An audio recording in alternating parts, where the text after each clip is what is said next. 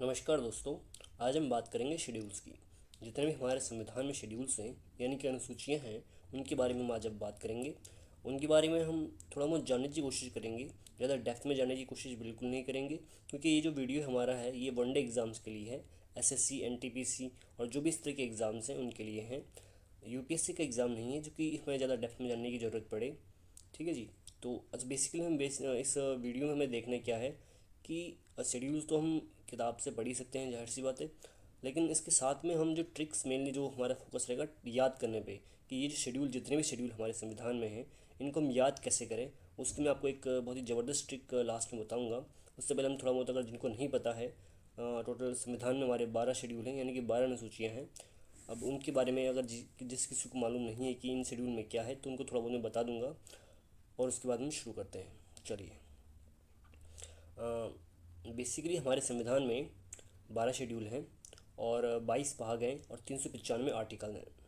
आप इस तरह से समझ सकते हैं कि शेड्यूल्स बेसिकली एक संवैधानिक किताब है। उसके संविधान का मतलब क्या होता है? संविधान का मतलब होता है कि सबके लिए एक विधान, मतलब एक कानून इस किताब में सभी लोगों के लिए, चाहे वो किसी भी जाति का हो, किसी भी धर्म का हो, किसी भी लिंग का हो, कोई भी हो, सबके लिए एक कानून, यानी कि समानता, बेसिकली एक समान कानून सबके लिए इस किताब में दिए गए हैं। उन कानूनों को किस तरह से बांटा गया है, जैसे कि आप कोई किताब पढ़ते होंगे तो उस किताब में आपको चैप्टर वाइज मिलते होंगे। चैप्टर से पहले आपको एक प्रीफेस मिलता होगा जिसमें कि आपको शॉर्ट में बताया जाता होगा। तो इस तरह से दो तीन पार्ट में इसको डिवाइड कर रखा है कि सबसे पहले पार्ट्स, यानी कि जो चैप्टर्स होते हैं हमारे, 22 भाग हैं, और उनको एक शेड्यूल के रूप में, जो कि एक समरी के रूप में शेड्यूल्स में बताया गया है कि एक से लेके जो 395 जो आर्टिकल्स हैं, उनमें किस किस चीज़ के बारे में आपको देखने को मिलेगा, या जो भी पार्ट्स हैं उन पार्ट्स में आपको क्या क्या मिलेगा, तो वो आपको शेड्यूल्स में इन शॉर्ट में बताया गया है। तो अगर आप शेड्यूल जान लेते हैं तो आपको मोटा मोटा पता चल जाएगा कि हमारे संविधान में है क्या। मैं ये तो नहीं कहूँगा कि बिल्कुल सारी चीज़ें शेड्यूल्स में दी गई हैं, लेकिन हाँ, मोस्ट ऑफ द चीज़ें आपको शेड्यूल्स में मिल जाएंगी। तो हम शेड्यूल से स्टार्ट करते हैं। टोटल 12 शेड्यूल हैं। हम फर्स्ट शेड्यूल से स्टार्ट करेंगे, और मैं आपको वो भी बताऊंगा कि जो फर्स्ट शेड्यूल है, कोई भी शेड्यूल है, अगर उसका वो अगर आर्टिकल कोई उससे रिलेट करता है, तो वो आर्टिकल की भी आपको मैं जानकारी इस वीडियो। चलिए दोस्तों, हम शुरू करते हैं अपना पहला शेड्यूल जो हमारा है, पहले अनुसूची जो है वो डील करती है टेरिटरीज से, और 1 से 4 आर्टिकल के बीच में फॉल करती है। और इसमें बताया गया है टेरिटरीज़ के बारे में, यानी कि जो हमारे देश में 28 राज्यों और 8 यूनियन टेरिटरीज़ हैं, उनके टेरिटोरियल जुडिक्शन और उनके नाम के बारे में इस शेड्यूल में बताया गया है। बात करते हैं सेकंड शेड्यूल की। सेकंड शेड्यूल में एमोलमेंट्स के बारे में बताया गया है।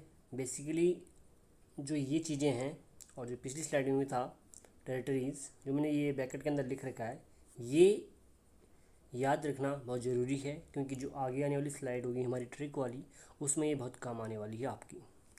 चलिए हम देखते हैं। सेकंड शेड्यूल की हम बात कर रहे थे, तो सेकंड शेड्यूल में एमोलमेंट्स से रिलेटेड चीज़ें हैं।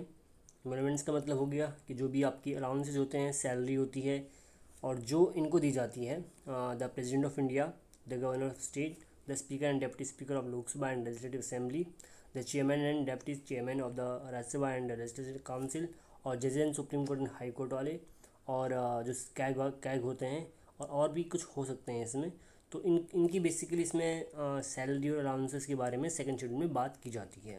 और आर्टिकल जो फॉल करता है, इसमें बहुत सारे आर्टिकल्स हैं, क्योंकि इसमें गवर्नर्स हैं, गवर्नर से रिलेटेड, प्रेसिडेंट से रिलेटेड, स्पीकर से रिलेटेड, सुप्रीम कोर्ट के जजेस, हाई कोर्ट के जजेस से रिलेटेड आर्टिकल जो भी यहाँ पे ये हैं, ये आप गूगल में सर्च करके, या कॉन्स्टिट्यूशन की जो कोई ऐप है या बुक है, वहाँ पे आप देख सकते हैं कि ये जो आर्टिकल्स हैं इनमें क्या है। ठीक है जी। डिटेल में देखने के लिए वैसे तो यही है, उनकी अलाउंसेस के बारे में ही है। चलिए देखते हैं आगे।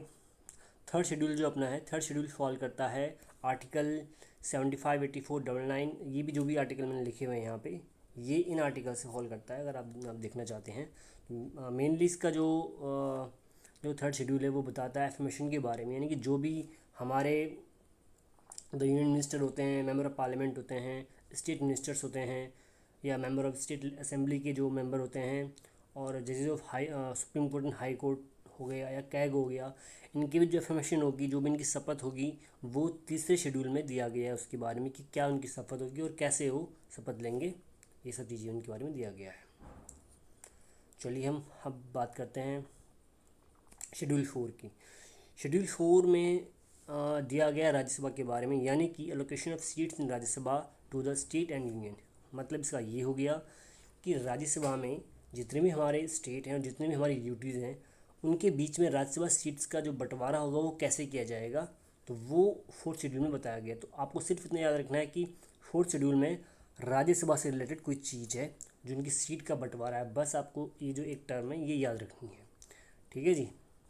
आगे बात करते हैं फिफ्थ शेड्यूल की। तो फिफ्थ शेड्यूल में शेड्यूल एरियाज़ के बारे में बताया गया है। इस शेड्यूल एरियाज़ में जो भी शेड्यूल एरियाज़ होंगे, तो इस शेड्यूल एरियाज़ या ट्रैवल एरियाज़ जो हैं उनमें एडमिनिस्टर कैसे किया जाएगा, उसके बारे में, कंट्रोल कैसे किया जाए उसके बारे में फिफ्थ शेड्यूल में बताया गया है। ठीक है जी। बात करते हैं सिक्स शेड्यूल की। सिक्स शेड्यूल भी अपने आप में सबसे इंपॉर्टेंट तो नहीं कहूँगा, लेकिन काफ़ी इंपॉर्टेंट है बेसिकली इनमें से, क्योंकि इससे काफ़ी क्वेश्चंस पूछे जाते हैं। और जैसे 4 स्टेट्स में बेसिकली जो नॉर्थ ईस्ट के स्टेट हैं 4, ये याद रखना बहुत ज़रूरी है, क्योंकि बच्चों को कई बार इन चीज़ों में जो 4 स्टेट हैं उनमें कन्फ्यूजन हो जाती है। असम, मेघालय, त्रिपुरा और मिजोरम। तो आप अगर आपको याद रखने में दिक्कत होती है, तो अगर आपको मालूम है कि सेवन सिस्टर्स जो होती हैं, सेवन सिस्टर्स में आपको पता है कि सिक्किम नहीं आता है, तो बाकी कौन कौन से बच गए, नागालैंड बच गए, अरुणाचल प्रदेश बच गया और मणिपुर बच गया। तो ये तीनों आप याद रख सकते हो, ये 3 नहीं हैं। बाकी जो रेस्ट हैं वो रेस्ट 4 सिक्स शेड्यूल में आते हैं, तो इस तरह से भी आप याद रख सकते हैं। बाकी सबका अपना अपना होता है। ठीक है। तो ये जो मैंने यहाँ पे ये जो लिख रखे हैं 4 स्टेट, ये याद रखना इसमें बहुत इंपॉर्टेंट है। और शेड्यूल के, अगर आपको शेड्यूल मालूम नहीं कि किससे रिलेटेड है, तो उसके लिए आपको ये जो अदर शेड्यूल एरियाज तो हमने पहले फिफ्थ शेड्यूल में पढ़े थे, लेकिन उनके अंदर भी जो 4 जो इंपॉर्टेंट स्टेट जो भी अभी आपको मैंने बताए हैं, इनके बारे में ये अदर शेड्यूल एरियाज़ के बारे में सिक्स शेड्यूल में बताता है। ठीक है जी। अब बात करते हैं सेवन शेड्यूल की। सेवन शेड्यूल अपने आप में आप कह सकते हो कि one of the very important schedule है हमारे संविधान का। इसमें फेडरल स्ट्रक्चर की बात की गई है। बेसिकली पावर का जो पावर्स होती हैं उनका डिस्ट्रीब्यूशन किया गया है सेंटर और स्टेट के बिटवीन कि बेसिकली इसमें 3 लिस्ट दी गई हैं, यूनियन लिस्ट, स्टेट लिस्ट और कंकरेंट लिस्ट, यानी कि संघ सूची, राज्य सूची और समवर्ती सूची। तो उसमें क्या होता है कि संघ सूची के अंदर जितने भी रेगुलेशंस होते हैं उन पे लॉ बनाने का अधिकार होता है वो सेंट्रल गवर्नमेंट को होता है।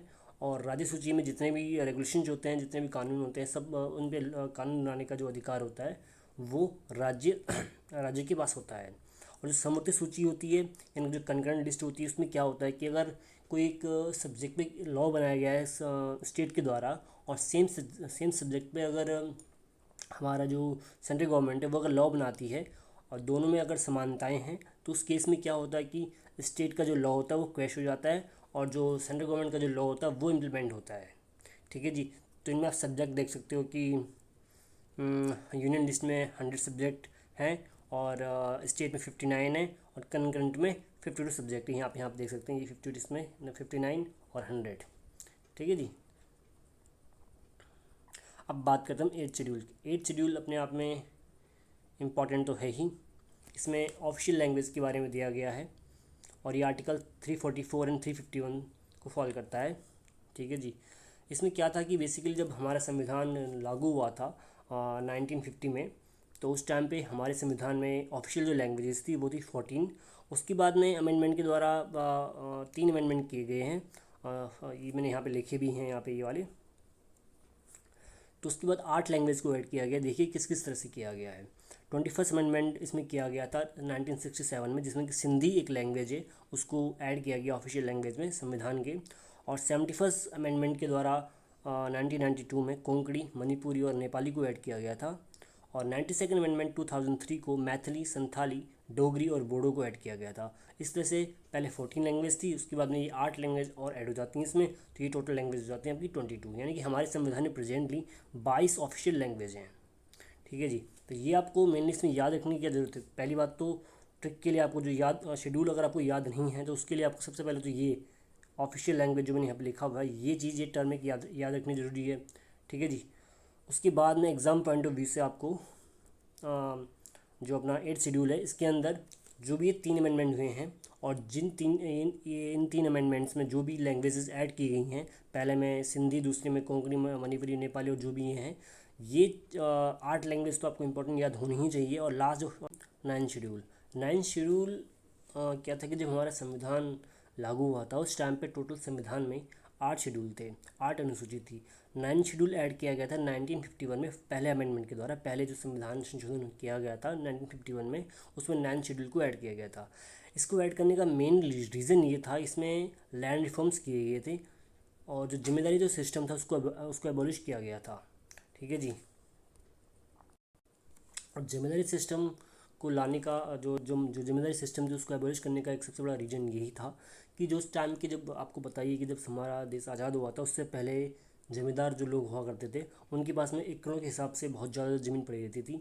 और उनमें जो किसान होते थे, जो अपने जो काम करने वाले थे, वो काम बटाई पे काम करते थे और उनको पूरा उनका हक भी नहीं मिल पाता था। दिन भर काम करते थे, उनको मजदूरी भी इतनी नहीं मिल पाती थी। तो इस तरह से क्या किया कि उस टाइम पे एक छोटी सी कहानी है, कहते हैं कि जवाहरलाल नेहरू ने सभी ज़मींदारों को एक बुलाया कि भाई अपनी अपनी आप ज़मीन बताइए आपकी कहाँ कहाँ तक है, उसको एक बार हम रिटर्न में लिख लेते हैं और जब वहाँ पे कौन कौन काम कर रहे हैं, अदरवाइज़ जो उसके अलावा जो अगर आपने कोई चीज़ छुपाई है तो वो हम उसको सरकार उसको अधिग्रहण कर लेगी बेसिकली। तो जितने भी ज़मींदार लोग थे उन्होंने अपना अपना जितनी उनकी ज़मीन थी वो सब एक रिटर्न में बताई कि हमारी इतनी है और यहाँ पे ये किसान काम कर रही है, इससे हम काम करवा रहे हैं। तो उस टाइम पे कहा जाता है कि नेहरू ने कहा कि चलो ठीक है, जहाँ पे जो काम कर रहा है वो ज़मीन उसकी होगी। तो ज़मींदार लोग जो भी थे वो भूल चुके रह गए भी।